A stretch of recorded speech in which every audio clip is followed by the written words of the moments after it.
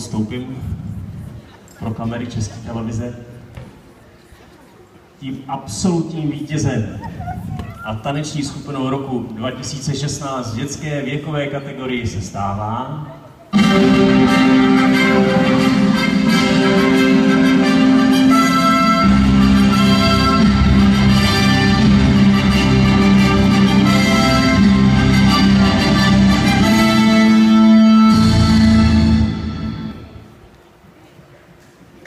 Fantasy!